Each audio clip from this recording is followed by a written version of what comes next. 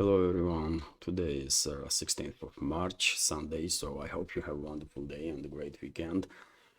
And this is first news update for today, in which I will share quite a number of interesting news in my opinion, and hopefully you will find this update informative and useful. Let's start with this report from Interfax News Agency, according to which overnight and the early hours of this morning, Russian air defense systems on duty intercepted 31 Ukrainian drones that were launched by Kyiv regime with assistance of NATO member states to strike deep into Russian territory. Also, we have update on Kursk salient area. Latest update of Russian Defense Ministry, according to TASS news agency, is that since the beginning of invasion in the Kursk salient area, Kyiv regime troops and the NATO mercenary units lost about 68,000 troops, 68,000 personnel in this direction.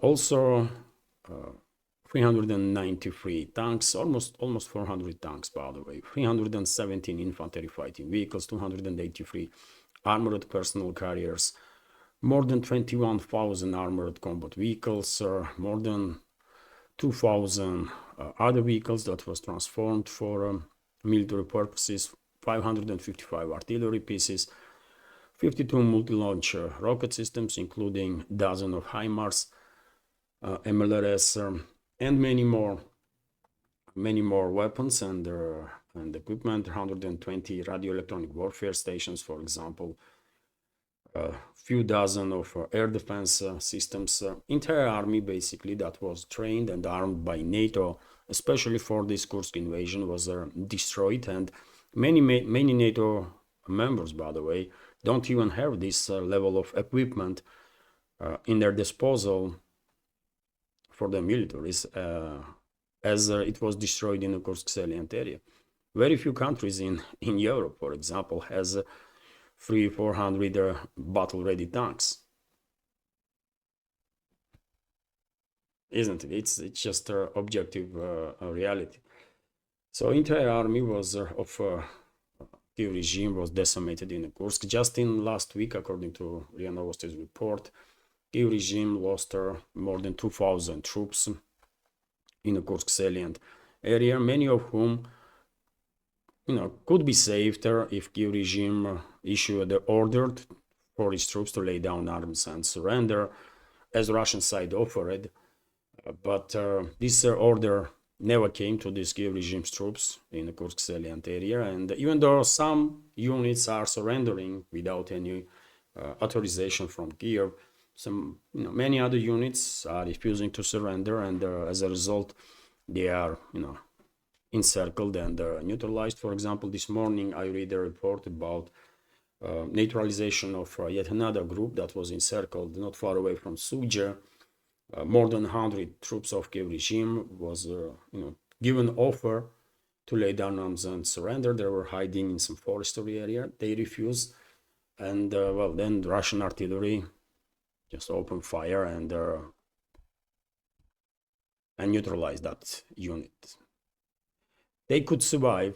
And by the way, Trump did call the Russian president and ask, not in a phone conversation, but he asked Russian president to spare the lives of these invading troops in the Kursk salient area. And Russian president and the press spokesman of the Russian president a few times in last several days stated that if troops of enemy forces are surrendering, then they will be treated according to Geneva Convention, with the exception of mercenaries that Geneva Convention does not cover. But even then, Russian president just recently, while visiting Kursk region, called on Russian military leadership to treat all surrendering troops, all of them with their humane approach.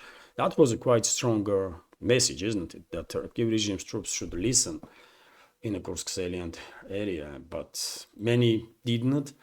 And time for them is definitely running out to finally make up their minds. Are they want to die for Zelensky's regime or the Western geopolitical agenda, or they want to leave.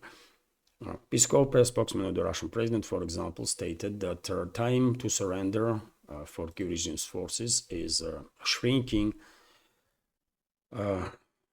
which is true. Time is running out, and most likely today, maximum tomorrow, we will receive a report that counter-terrorist operation in Kursk salient was finalized and the entire territory is liberated from enemy forces. Now we have this report at this point that Russian armed forces established control over their two more settlements in salient area, Zaoleshchenka and Lubanshina. And if we take a look at the map, by the way, at this point, there is only two settlements that formerly Kyiv regime's forces are still in control of.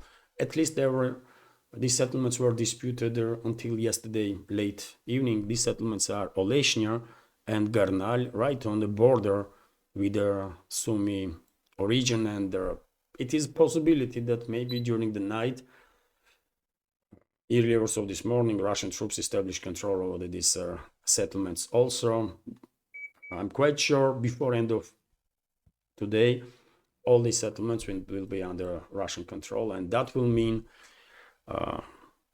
basically end of counter-terrorist operation in large, because there will be no more settlements that are disputed or controlled by Kyiv regime's forces in the Kursk borderline area of the Russian Federation.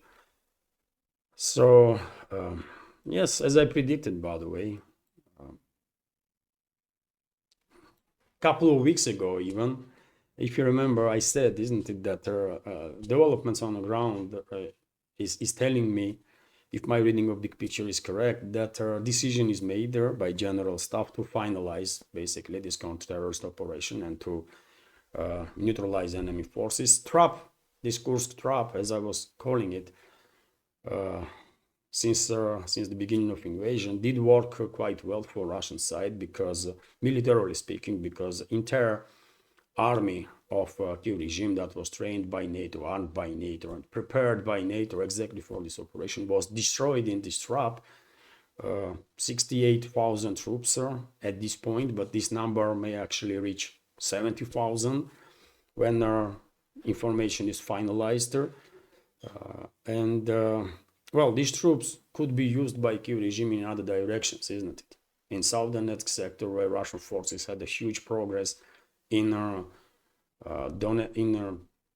Pokrovsk direction, in other areas, right, where Russian troops had a massive progress in last several months. But no, Kyiv regime used these troops into Kursk salient, and well, it was a trap. It was trap, and the Russian armed forces used this trap quite effectively to neutralize enemies' military capabilities. And that's about it now. Hello everyone. If you find this video interesting and useful, please click that like button, leave some commentary and share with your friends.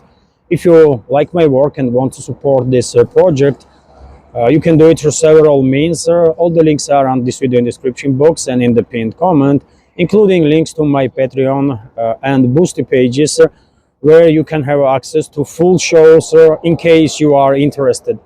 Thank you.